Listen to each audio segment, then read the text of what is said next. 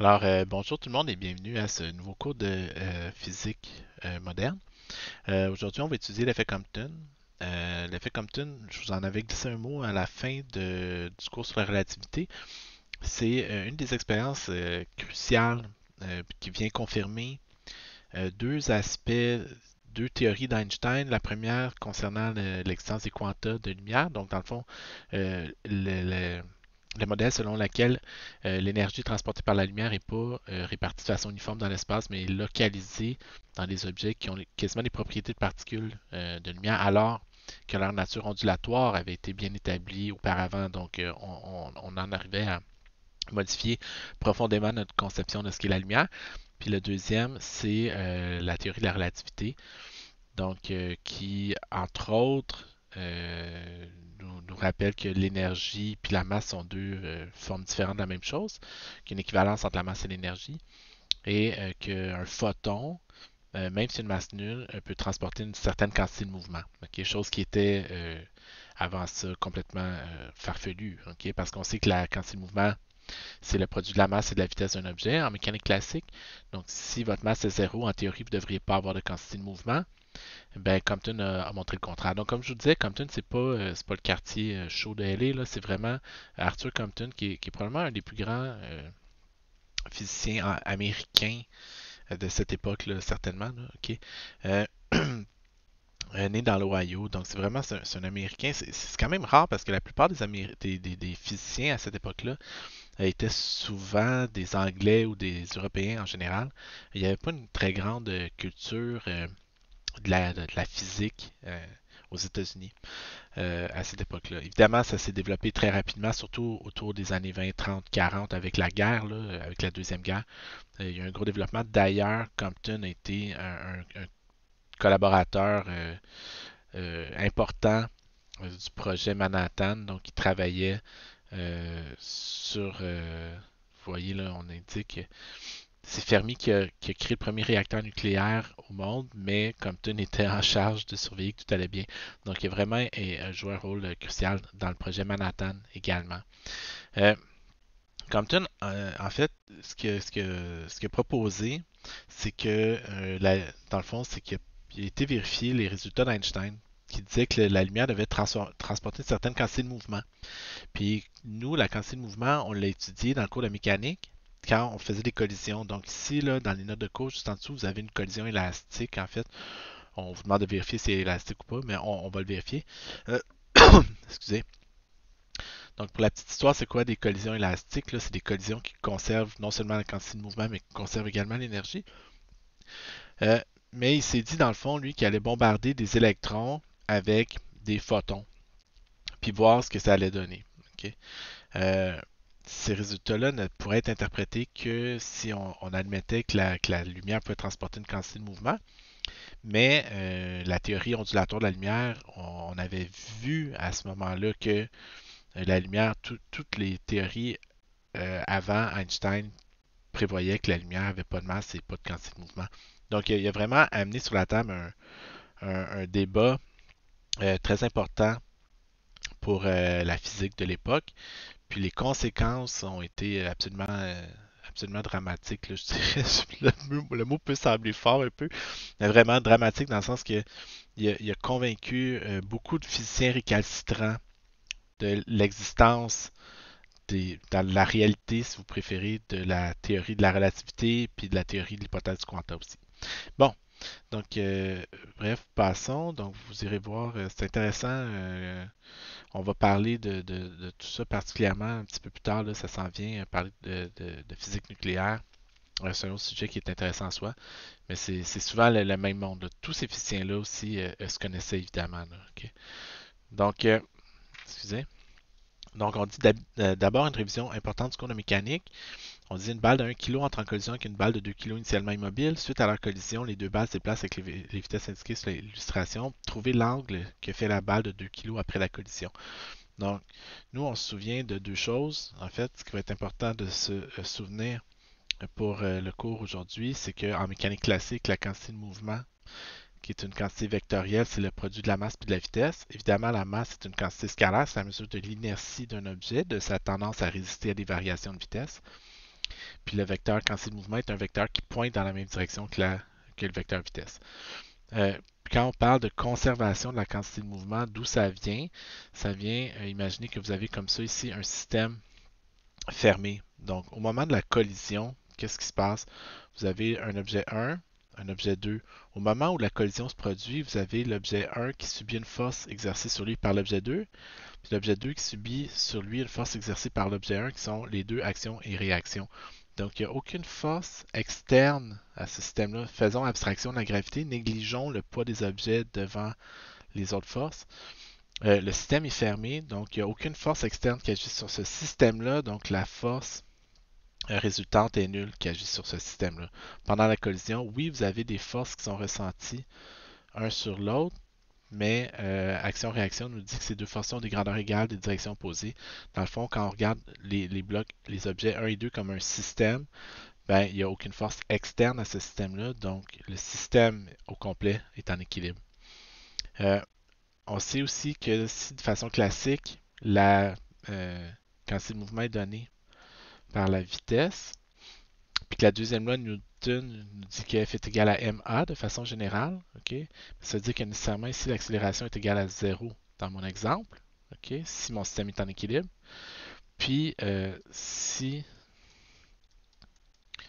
on regarde, on fait varier ça en fonction du temps, puis qu'on sait que la masse est constante, limitons-nous au système dont la masse est constante. Ça, c'est l'accélération. Donc, on sait que puis ça, c'est des choses que vous devriez déjà avoir vues. Ok? Donc, de façon générale, la masse fois l'accélération, c'est la variation de quantité de mouvement d'un système. Si mon système est fermé, qu'il n'y a aucune force externe qui agit sur lui, si A égale à 0, pardon, est ici, ok? Alors, on devrait trouver que delta P sur delta T est égal à 0. Ça veut dire quoi? Ça veut dire que la quantité de mouvement ne varie pas. Pour mon système au complet, ok? P est invariant. Ok? Donc, c'est pour ça que quand on dit dans une collision que la quantité de mouvement ne varie pas, c'est ça qu'on veut dire. Ok? Donc, ici, appliqué à mon système, vous avez une balle de 1 kg qui s'approche d'une balle de 2 kg initialement immobile. Avant la collision, vous avez ça. Après la collision, vous avez la balle d'un kilo qui part avec un angle de 75,6 degrés. Puis la balle de 2 kg qui part avec un angle inconnu qu'on cherche à déterminer. Ce qu'on vous donne par contre, c'est les vitesses après la collision. Elle se déplace à 1,59 mètres par seconde. Donc, comme la quantité de mouvement est une quantité qui est vectorielle, on doit introduire un système d'axes. Okay. Puis, comme la quantité de mouvement est conservée dans cet exemple-là parce qu'on a affaire à une collision, on a un système auquel il n'y a aucune force externe, on sait que la quantité de mouvement va être conservée. Comme c'est vectoriel et conservé, ça veut dire qu'il faut conserver simultanément et parallèlement la quantité de mouvement en X, puis les composantes en Y aussi, puis Y doivent être conservées. Okay. Donc ici, nous, ce qu'on sait en particulier, comme on ne connaît pas la vitesse avant la collision, on n'a pas de renseignement sur la quantité de mouvement en X avant la collision. Après la collision, par contre, avant la collision, on sait qu'en Y, par contre, il n'y a aucun mouvement. Donc la quantité de mouvement initial en Y est de 0 parce que faudrait prendre M1 fois V1Y, M2 fois V2Y, puis ces deux vitesses-là sont nulles parce que les objets ne se déplacent pas le long de l'axe des Y. Donc, j'ai 0 quantité de mouvement initial en Y. Donc, ma quantité finale en Y doit elle aussi être égale à 0. Sauf que, dans mon exemple, quelles sont les quantités de mouvement de mes deux objets? Ben, mon objet de pardon, mon objet de 1 kg, okay, la quantité de mouvement finale en Y pour l'objet de 1 kg, ça commence à faire bien des indices. Là, okay, donc, quantité de mouvement finale en Y pour l'objet 1, c'est la masse de l'objet 1 fois sa vitesse finale en Y. Donc, ça donne 1 fois vitesse finale, 2 fois sin de 75,6. OK, donc là, encore là, rapidement, là, ça c'est ma vitesse finale en X, ça c'est ma vitesse finale en Y, ça c'est l'angle de 75,6, ça c'est ma vitesse de 2 mètres par seconde. Donc le sin de 75,6 est égal à la vitesse finale en Y sur 2. OK. Donc, La vitesse, quantité de mouvement final en Y pour l'objet 2 va être même chose, 2 fois 1,59 fois sin de θ, mais négative ici. Ok, pourquoi négative? Parce que l'objet se déplace vers les Y négatifs, donc sa vitesse en Y est négative. Donc je sais que ça c'est égal à 0, c'est égal à la quantité de mouvement de mon objet 1, donc 2 fois sin de 75,6 moins 2 fois 1,59 fois sin de 50 fois sin de θ. Donc j'ai sin de θ qui est égal à 2 sin de 75 divisé par 1,59.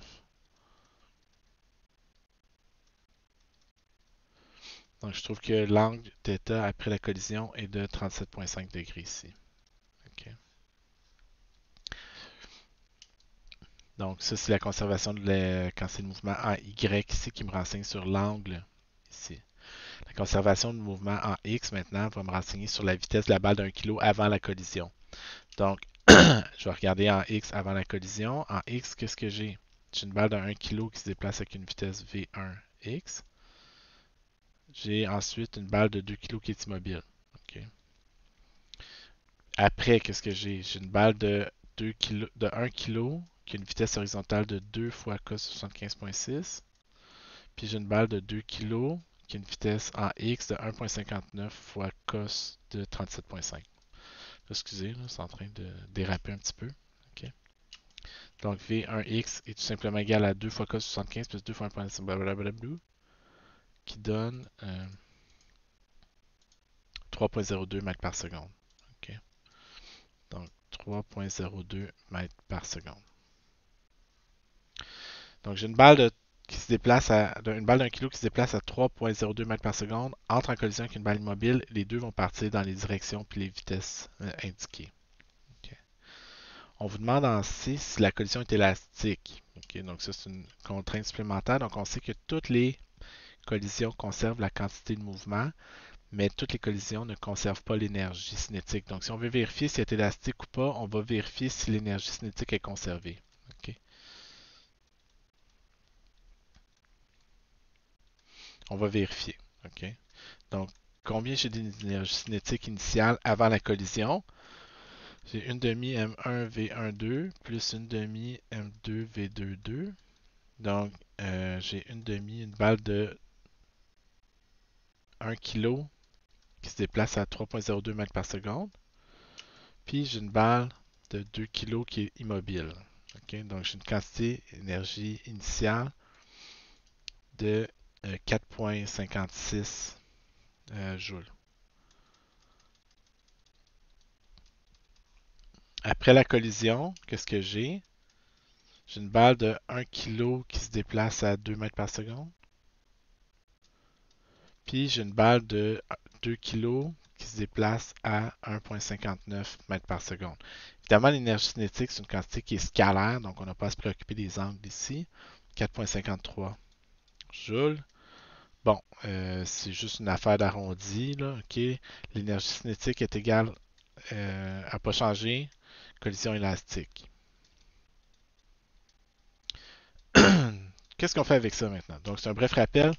Euh, dans les collisions, la quantité de mouvement est conservée. Puis les collisions élastiques sont les collisions qui conservent l'énergie cinétique en plus de conserver la quantité de mouvement. Okay? Donc maintenant, euh, c'était quoi l'expérience de Compton? Okay? Donc Compton étudiait la diffusion des rayons X par une cible de graphite. Okay? Donc c'est littéralement ce qu'il faisait. Donc, autour de 1923, son expérience, c'est ici qui a établi ça. Donc, ce qu'il y avait concrètement, c'est qu'il y avait une source de rayon X. OK. Pardon. Donc, il y avait une source de rayon X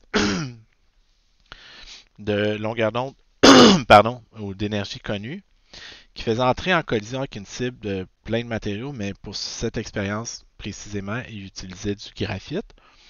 Puis ce qu'il regardait, c'est qu'il y avait un détecteur ensuite de sulfure de zinc, si je me souviens, là, peu importe, qui déplaçait, okay? Puis il détectait les photons qui avaient été diffusés. Donc, la lumière qui diffuse, c'est quoi? C'est essentiellement, c'est juste la lumière qui dévie en rencontrant un obstacle. Okay? Pourquoi le ciel est bleu, entre autres? À cause de la diffusion de la lumière par les atomes d'oxygène puis d'azote dans l'air. C'est pas de la diffusion Compton, par contre, là, mais c'est un peu le même principe. Donc, vous avez de la radiation incidente qui va venir frapper une cible et puis qui va dévier au passage, dévier après avoir entré en collision avec la cible. Donc, qu'est-ce que c'est, encore une fois? Excusez, là. Donc, les rayons X étaient connus comme étant des ondes électromagnétiques de haute fréquence. Aujourd'hui, on sait maintenant que c'est plus des photons de haute énergie, là, mais c'est ça le même principe. C'est quoi de la diffusion? Ben, de la diffusion, c'est littéralement un rayon. Ça peut être ben, les ondes peuvent être diffusées, là. Si vous avez un faisceau laser, justement, puis vous faites passer la lumière à travers de la poussière de craie, par exemple, vous allez voir apparaître le laser. Pourquoi? Parce que la lumière va être diffusée par le contact avec la poussière. Donc, c'est chaque fois qu'une onde change de direction après avoir rencontré un obstacle, on va dire qu'elle est diffusée. Donc, qu'est-ce qu'il y a remarqué? OK? Compton, il a remarqué que quand on déplaçait le détecteur, il y avait toujours deux longueurs d'onde. Mais à moins qu'ils mettent le détecteur directement ici, là, si l'angle est de 0 degré, il n'y en a pas deux. Mais dès que le détecteur n'est pas parfaitement aligné avec la source, il allait toujours observer euh, deux pics de rayonnement. OK? Donc, il observait supposons que la lumière incidente avait une longueur d'onde lambda. Il observait de la lumière, des ondes électromagnétiques avec cette même longueur d'onde lambda. OK? Mais il observait un autre pic qui avait une longueur d'onde lambda prime qui était plus grande, OK, que la longueur d'onde du rayon incident. Autrement dit, vous faites dévier la lumière, vous remarquez maintenant que la lumière a deux longueurs d'onde. Une qui est la même que la longueur d'onde initiale, puis une dont la longueur d'onde est toujours plus grande que la longueur d'onde initiale. OK? Ce qu'on remarque, c'est que la différence entre les deux longueurs d'onde, elle dépend de la position du détecteur, donc elle dépend de l'angle, mais est toujours la même, indépendamment du matériau. Mais bref, tant que l'angle reste le même, le pic, la longueur d'onde lambda prime va être la même. Donc la différence entre lambda et lambda prime dépend uniquement de l'angle auquel on observe. OK? Puis en fait, le problème survient quand on essaie d'expliquer ça. OK? L'hypothèse de Compton, en fait, il faut le voir à l'envers, c'est que Compton est parti de son hypothèse pour produire l'expérience, puis ce qu'il s'imagine, Compton, il s'imagine un photon incident qui vient entrer en collision avec un électron de la cible, puis il peut lui céder ou pas une partie de son énergie. OK? Donc l'électron va être kické, en bon français, là, OK, de la cible, puis le photon, lui, va dévier en ayant changé de longueur d'onde. Donc, si sa longueur d'onde est plus grande après, c'est parce que son énergie est plus faible. Où est allée l'énergie? Ben, l'énergie dans la tête de Compton a été concédée, elle a été cédée à l'électron. Donc, c'est vraiment l'explication ici qu'on a. On a un photon incident de longueur d'onde lambda qui se déplace à la vitesse de la lumière, qui entre en collision avec un électron dans la cible. Le photon est dévié avec un angle θ. Sa longueur d'onde augmente, pardon, donc son énergie diminue. L'énergie qui a été perdue par le photon a été cédée à l'électron qui lui va être éjecté de la cible avec une quantité de mouvement égale à P. Okay? Donc ça, cette explication-là explique naturellement pourquoi on a deux pics de longueur d'onde. On a un pic de longueur d'onde qui se produit quand le photon entre en collision avec un électron qui est fortement lié au noyau. Si vous prenez un atome de graphite, par exemple, de carbone, puis vous regardez les électrons des couches internes, ces électrons-là sont fortement liés au noyau parce que l'énergie de liaison qui lie les électrons des couches internes est très grande. Donc, le photon qui frappe un électron des couches internes n'aura pas nécessairement assez d'énergie pour arracher cet électron-là à l'atome. Donc, qu'est-ce qu'il va faire? Il va juste être diffusé. Il va juste rebondir, dévier sur l'électron sans pourtant lui céder d'énergie parce que l'électron ne voudra pas changer de niveau énergétique. Donc, il va garder la même longueur d'onde. Sauf, cependant, c'est que si l'électron qui est frappé par le photon est faiblement lié à son noyau, mais là, à ce moment-là, le photon incident peut donner une certaine partie de son énergie à l'électron, arracher l'électron de la cible, puis à ce moment-là, le photon va avoir perdu de l'énergie après avoir dévié. Donc, ça explique pourquoi il y a deux pics de longueur d'onde. Soit vous frappez un électron fortement lié au noyau, puis il se passe essentiellement rien par la diffusion, soit vous frappez un électron qui est faiblement lié au noyau, puis à ce moment-là, le photon va perdre une partie de son énergie, va la céder à l'électron, donc va repartir avec moins d'énergie. Donc, Compton décide d'appliquer la conservation de l'énergie puis la conservation de la quantité de mouvement. Excusez, là. On recommence, je recommence à chercher mon curseur. OK? Donc, Compton décide d'appliquer la conservation de l'énergie et la conservation de la quantité de mouvement à cette situation-là. Donc, ce qu'on dit, par exemple, c'est expliqué dans une note de cours. Ben, si on regarde l'énergie avant puis qu'on la compare avec l'énergie après, donc initialement, on a un photon qui transporte une quantité d'énergie égale à hc sur lambda. OK? Oups.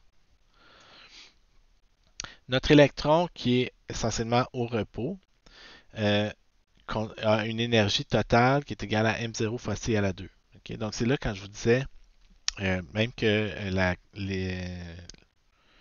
la relativité entre en ligne de compte, c'est que même si mon électron est essentiellement immobile, là, ben, il se déplace à une vitesse non relativiste, il se déplace lentement dans l'atome, ben, il va avoir une énergie qui va être associée à sa masse qui est m0c carré.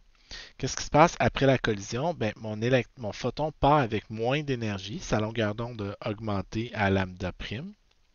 Qu'est-ce qui s'est passé avec l'énergie? Elle a été communiquée à l'électron. Donc l'énergie, elle va être communiquée à l'électron qui va servir à faire augmenter la masse totale de l'électron.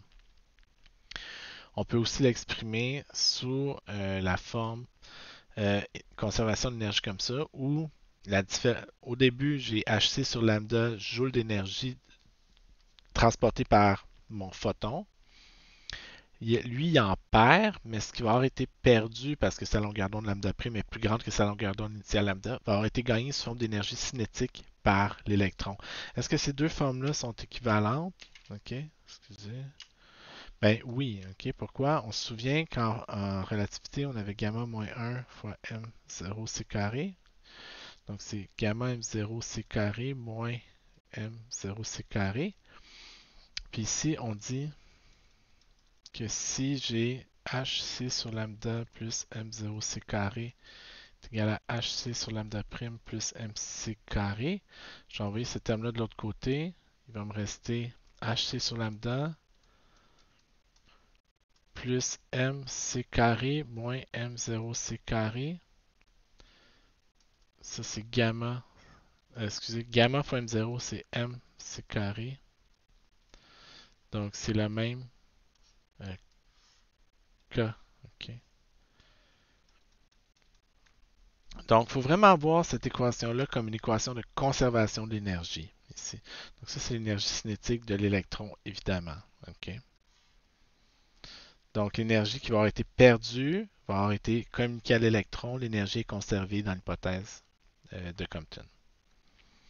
Donc, on va aussi, pardon, vous regarderez là, dans les notes de cours, c'est ici justement. Donc, ça, c'est l'équation 1, qui est une équation de conservation de l'énergie.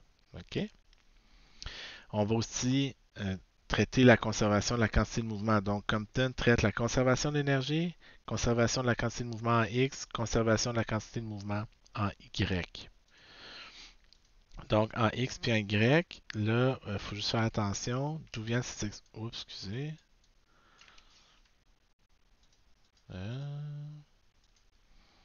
Donc, en X puis en Y, qu'est-ce qu'on a?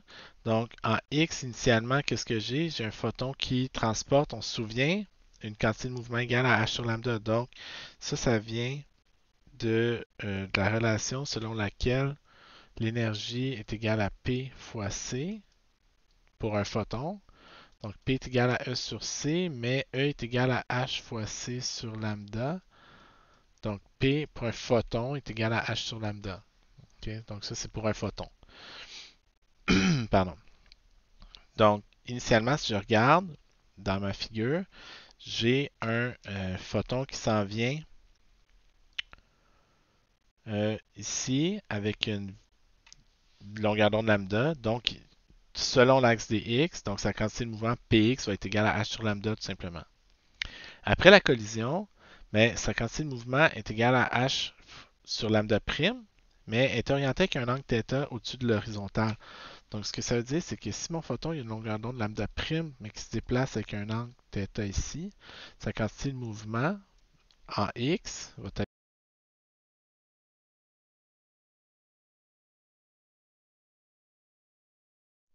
donc sa quantité de mouvement en x va être égale à h sur lambda prime, mais juste la composante en x, donc fois le cosinus de θ.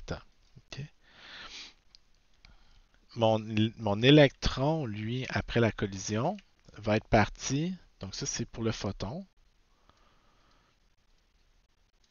Puis pour l'électron, on va le ici, on a mon électron qui est parti avec un angle qu'on appelle phi. Ici, juste pour le distinguer.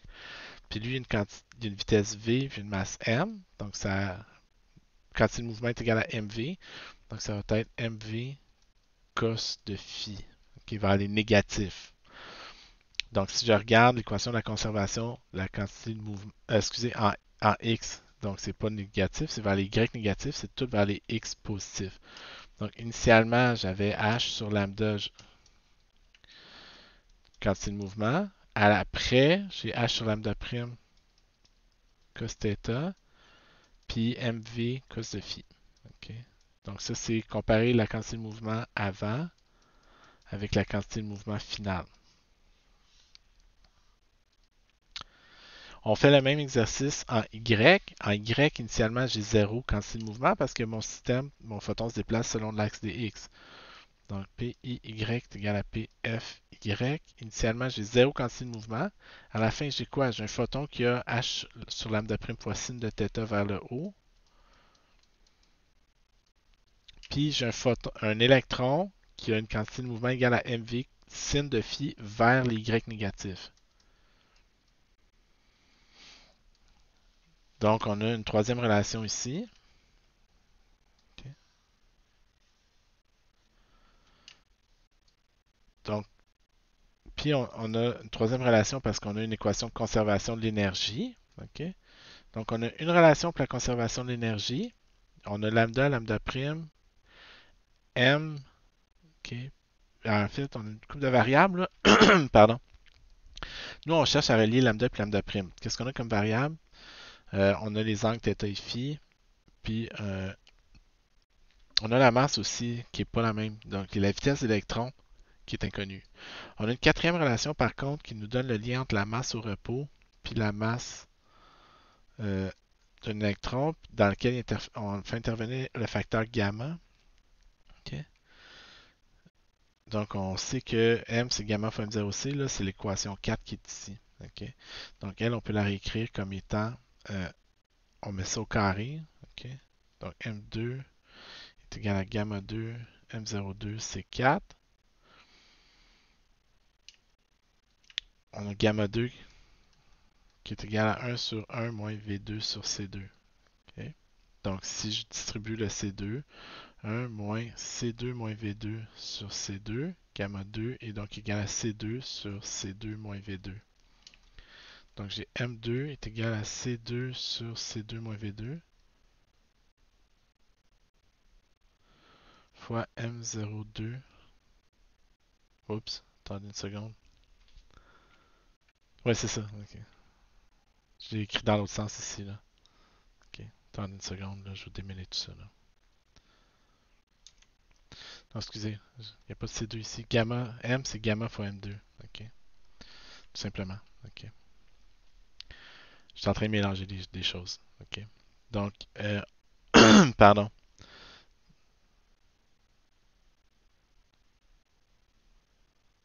gamma à la 2 est égal à 1. Voyons. Donc 1 moins V2 sur C2. Ah, j'ai envoyé le gamma en haut. Le gamma ici en haut. Je l'ai pas mis au carré, là. Oui, je l'ai mis au carré. Ah, excusez, j'étais un peu fatigué matin, là. Ok. Je l'ai réécrit, je l'ai isolé C2 pour rien. Ok. Donc, on va repartir d'ici. L'oublier, là, juste un peu. Donc, M2 est égal à gamma à la 2 qui est 1 sur 1 moins V2 sur C2 fois M02. Je multiplie de chaque côté par ce terme-là. Donc, j'ai 1 moins V2 sur C2 fois M2 est égal à M02. Je distribue. Donc, j'ai M2 moins V2 sur C2 fois M2 est égal à M02. Puis là, je me retrouve avec un M2 V2 sur C2 qui est égal à M02. J'en vais de ce côté-là, donc j'en lui M. Je l'ai fait dans les notes de cours, ok? Là, excusez, là, j'étais un peu distrait, ok? Donc, j'ai cette relation-là ici, qui est juste, dans le fond, une manipulation là, de la relation M est égal à gamma fois M0, ok? Donc, qui vient de M est égal à gamma fois M0. Qui fait apparaître la vitesse explicitement, là, ok, pour l'électron. Donc là, on a quatre relations, puis on combine tout ça. Excusez, c'était pas mon passage le plus glorieux, celui-là.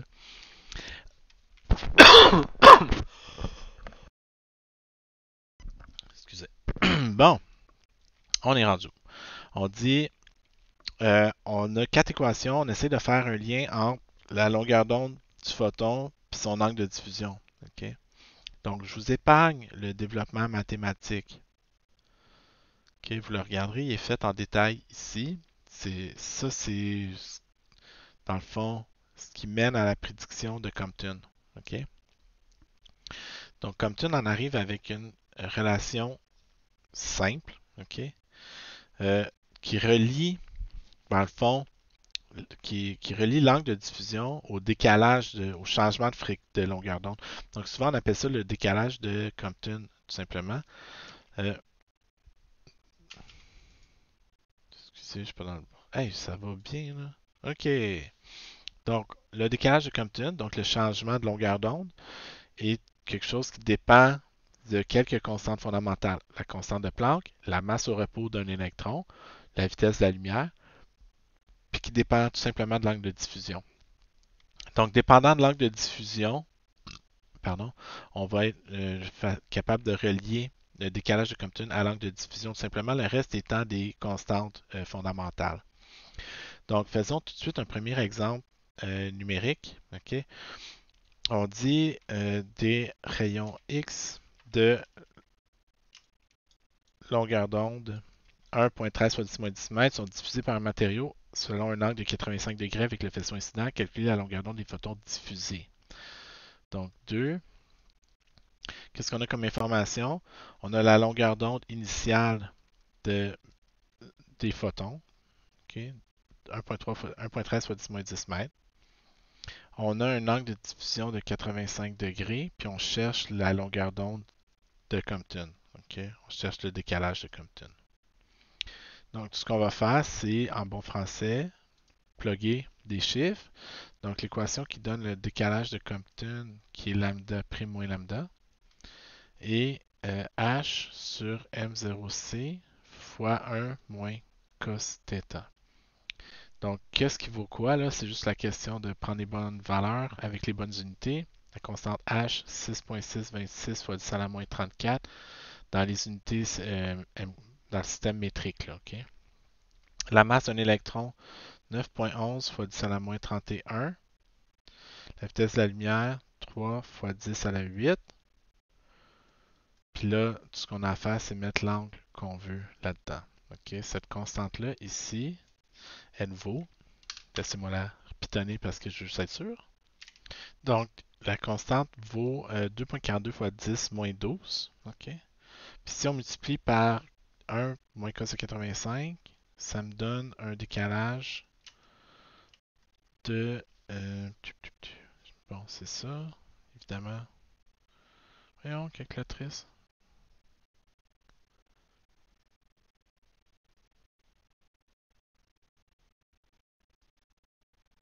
2.2 fois 10-12, qui est égal à lambda prime moins lambda. Donc lambda prime est égal à ça plus ça, 1.152 fois 10 à la moins 10 mètres. Donc premièrement, le décalage de Compton est de l'ordre de 10-12 mètres. Donc c'est sûr que si votre faisceau incident n'a pas une énergie très grande, vous n'observerez jamais l'effet Compton, tout simplement. Okay? Donc c'est pour ça que ça se produit essentiellement pour des photons, des rayons X, parce que les rayons X transportent suffisamment d'énergie pour que leur énergie soit, pour que leur longueur d'onde soit appropriée pour que l'effet se produise. Okay? Si mes photons incidents n'ont pas assez d'énergie, ils ne réussiront pas à faire l'effet Compton, tout simplement. Okay? En B, on vous demande de calculer l'angle de recul des électrons. On vous demande d'évaluer le phi. Okay? Suite au passage de la radiation. Donc, celui-là, comment on fait pour l'évaluer? On va revenir avec les équations de conservation de mouvement.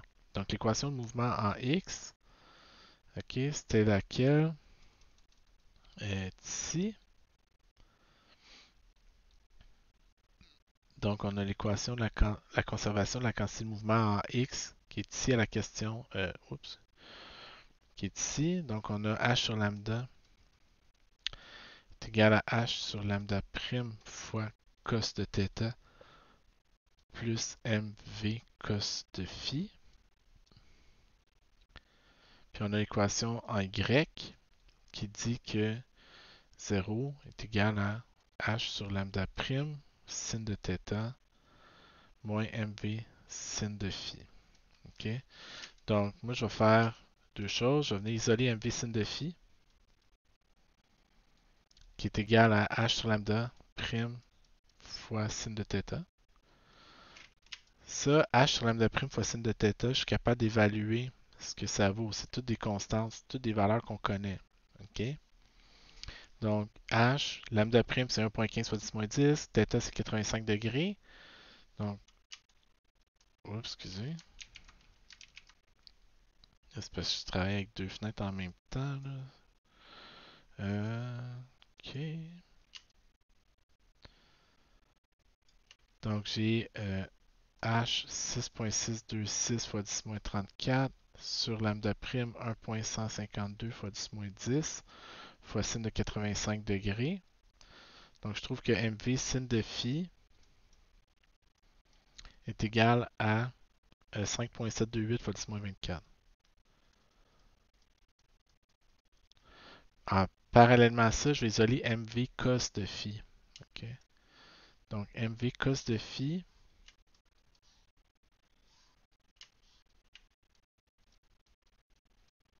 est égal à quoi? H sur lambda moins H sur lambda prime fois cos de θ. Donc, 6.626 fois 10 moins 34 sur lambda 1.13 fois 10 moins 10. Cette partie du cours-là, vous remarquerez, là, c'est, savez-vous vous servez d'une calculatrice sans faire d'erreur? Si vous êtes comme moi, la réponse est non. OK? Fait que je vous suggère de faire tous ces calculs-là au moins deux fois pour être sûr. Mais vous remarquez, c'est toutes des valeurs qu'on connaît. Donc, MV cos de phi est égal à 5.3625 fois 10 moins 24. 5.3625 10 moins 24. Pourquoi je ne peux pas utiliser phi tout de suite? Je ne connais pas v. OK? Puis même m est une vitesse normalement, pardon, m est une masse relativiste différente de m0. Donc je ne connais pas m, je ne connais pas v. Fait que j'ai comme deux inconnus là-dedans parce que m dépend de v. Donc ce que je vais faire, c'est que je vais juste utiliser le rapport de ces deux quantités-là. OK? Donc chaque fois que j'ai deux équations comme ça, ça fait disparaître le mv. Il reste juste tangente de phi. Mais je sais que mv sin phi est égal à 5.728. Puis que mv cos phi est égal à 5.3625 fois 10 moins 24, là, en haut puis en bas. Mais ça change rien. OK. Donc, j'ai tangente de phi est égal à ça. Donc, j'ai l'angle phi de diffusion qui est de 46,9 degrés. OK. Donc, je sais que l'électron est éjecté à 46,9 degrés en dessous de l'axe des X. OK.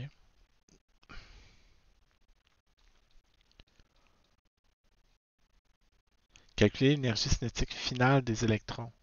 Donc, si je veux évaluer l'énergie cinétique finale des électrons, ben, je peux le faire de deux façons. OK? La première, qui est probablement la plus simple, c'est de comparer l'énergie du faisceau. OK.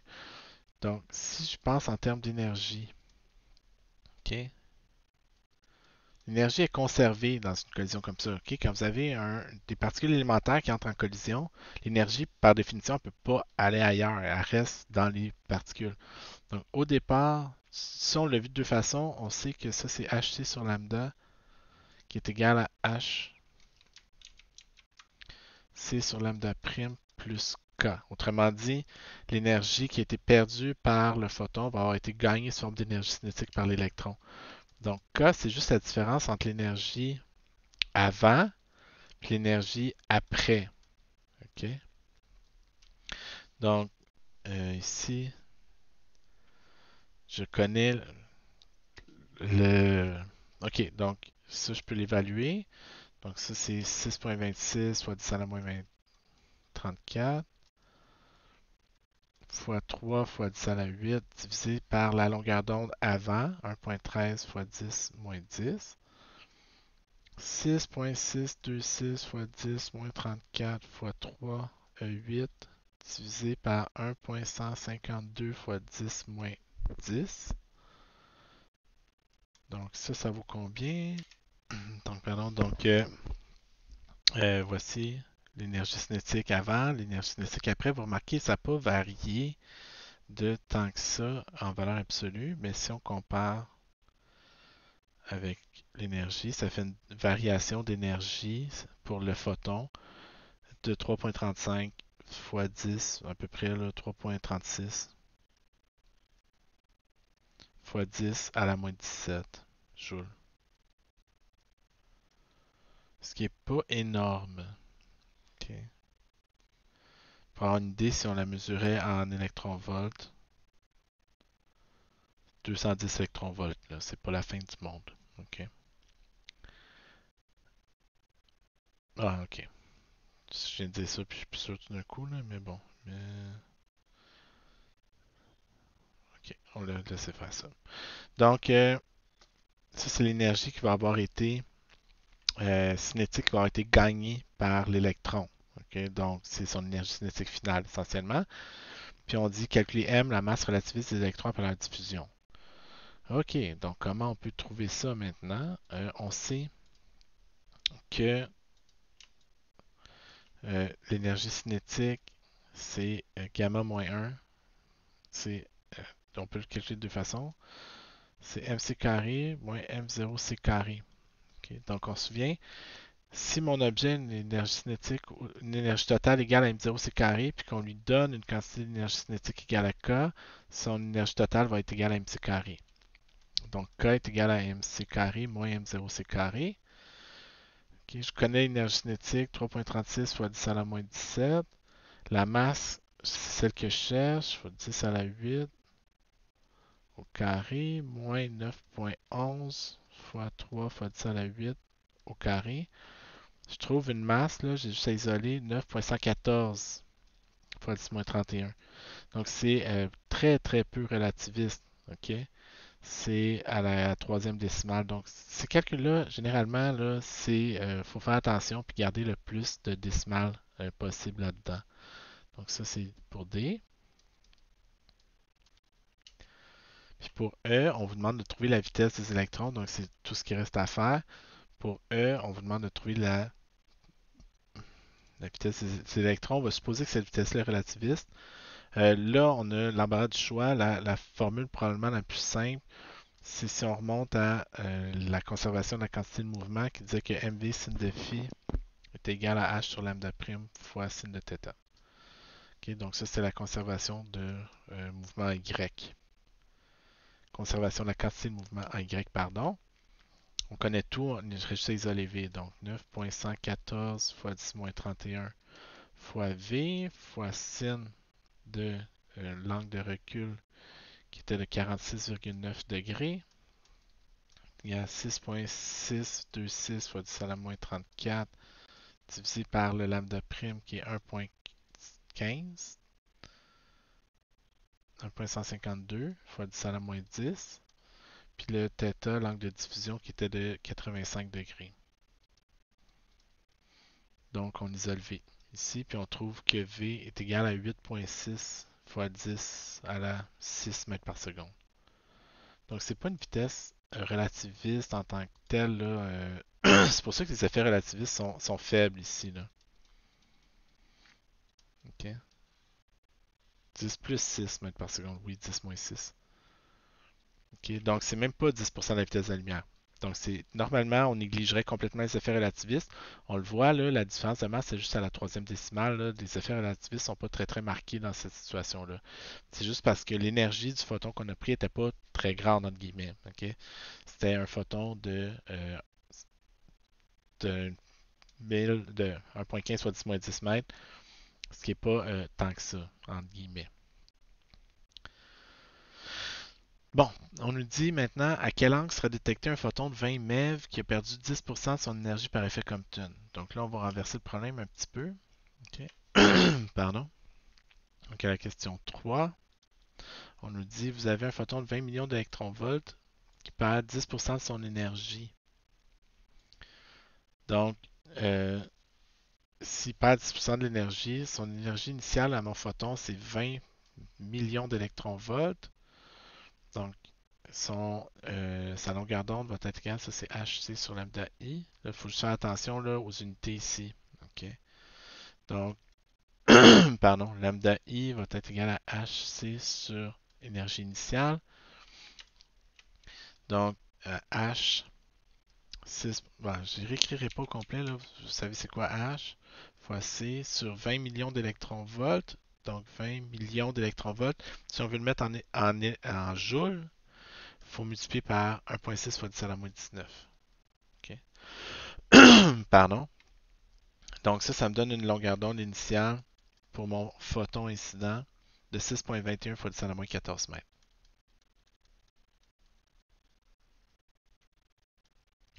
Donc lambda I est égal à 6.21 fois 10 moins 14 mètres. La longueur d'onde finale. Ben, on sait que l'énergie finale, il a perdu 10% de son énergie, donc il lui reste 90% de son énergie initiale. Ça veut dire qu'il reste 18 MeV. OK?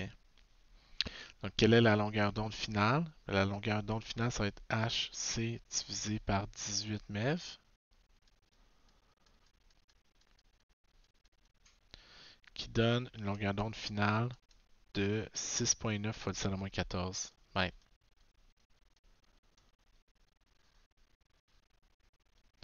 Puis nous, ce qu'on veut savoir, c'est quel est l'angle auquel on va l'avoir vu dévier. On sait que le décalage de Compton, qui est lambda moins lambda, c'est lambda prime moins lambda, est égal à h sur m0c fois 1 moins cosinus de θ. Oh boy.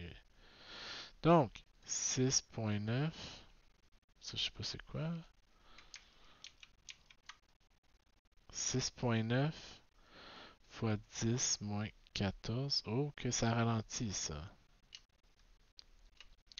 Moins 6.21 fois 10 moins 14 est égal à h sur m0c qui valait, laisse-moi retourner vérifier. Est-ce qu'on l'avait évalué celle-là? On l'avait évalué. Ah, 2.42 fois 10 moins 12.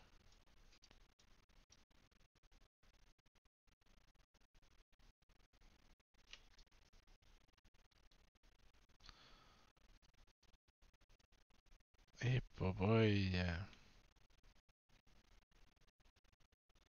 Voyons.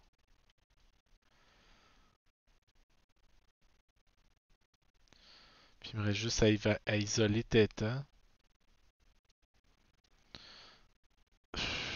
OK. Θ est égal à 4,3 degrés. OK. Donc, qu'est-ce qu'on a fait? C'est qu'on a regardé combien. Bon, c'était quoi la longueur d'onde initiale? C'est quoi la longueur d'onde finale? On a utilisé le changement de longueur d'onde pour trouver l'angle de diffusion maintenant. OK? Donc, énoncer quelques manifestations de l'effet Compton dans la vraie vie, entre guillemets. OK?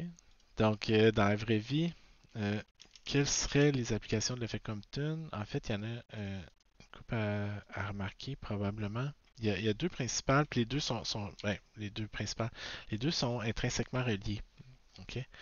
Donc, la première, c'est probablement que il y a beaucoup de cancers qui sont causés par la radiation. OK? On sait intuitivement que aller se pointer, aller luncher à l'intérieur d'un réacteur nucléaire, là, mais je parle pas dans le building, là, mais dans le réacteur en tant que tel, c'est pas super. OK? Pourquoi la radioactivité est dommageable pour la santé? OK? Tout le monde sait que c'est pas bon. Pourquoi c'est pas bon? Ben, en fait, c'est parce que euh, les rayons X, OK, ont tendance à ioniser les atomes. Parce que qu'est-ce qui se passe quand vous avez un photon de haute énergie qui arrache un électron? Parce que c'est ça qui se passe dans l'effet Compton. Vous avez un électron qui est éjecté d'un atome. Donc vous allez vous retrouver avec des atomes qui sont ionisés. Donc le photon va ioniser des atomes dans une cellule. Donc vous avez un rayon X qui arrive, un rayon gamma, frappe un électron à l'intérieur d'une cellule. L'électron qui se déplace va être capturé par un autre atome. Puis ça, c'est assez pour, excusez le français là, mais donc je ne le dirai pas, ok, mais on dit poliment pour perturber la chimie de la cellule. Donc les cellules, par exemple, la réplication de l'ADN, c'est quelque chose qui se fait automatiquement. Mais si vous avez des particules chargées qui arrivent là-dedans, ça va, ça fonctionnera tout simplement pas. Donc il va y avoir des erreurs qui vont apparaître, par exemple, dans la réplication de l'ADN. Puis c'est comme ça que vous pouvez avoir apparaître des cancers, parce que c'est littéralement ça, un cancer, c'est quand vous avez des cellules qui ne se reproduisent pas comme elles devraient le faire. Puis une des raisons pourquoi ça pourrait arriver, ben, c'est que si vous avez, comme dans le cas de l'effet Compton, euh, euh, des,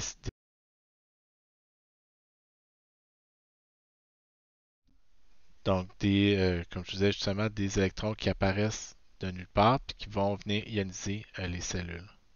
Ioniser des électrons dans la cellule qui vont ioniser des atomes dans la cellule. Excusez-moi, là, je suis distrait par mon curseur que je cherche encore. Donc, comment est-ce qu'on se protège de la radiation? Ben, on va bloquer des rayons X avec un écran de plomb.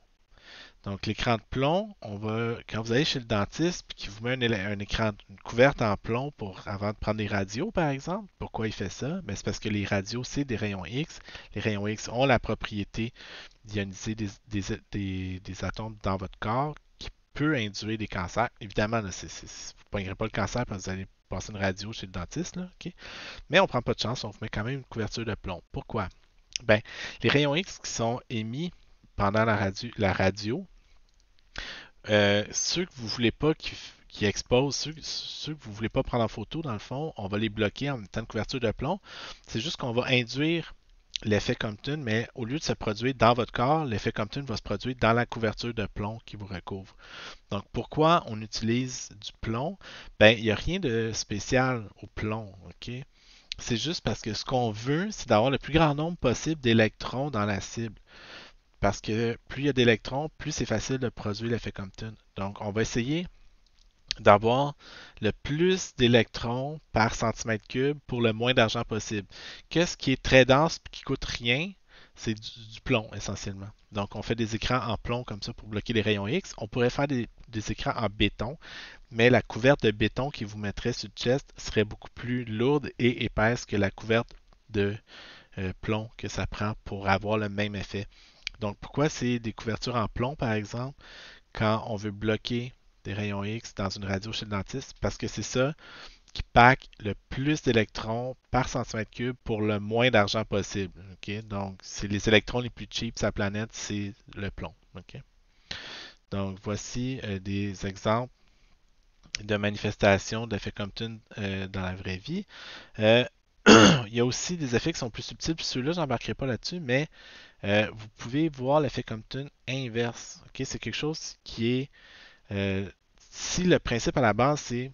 L'effet Compton, c'est quand vous avez un photon de haute énergie qui frappe un électron repos, qui produit un électron rapide puis un photon à plus basse énergie. L'effet Compton inverse, c'est quand vous avez un photon de basse énergie qui entre en collision avec un électron à haute énergie. Donc l'électron à haute énergie vient entrer en collision avec un photon de basse énergie. Ça va produire un photon de très haute énergie. Puis souvent, ça, c'est des affaires qu'on détecte en astronomie. OK? Donc, par exemple, quand vous avez un trou noir, puis que vous avez un disque d'accrétion autour d'un trou noir, OK?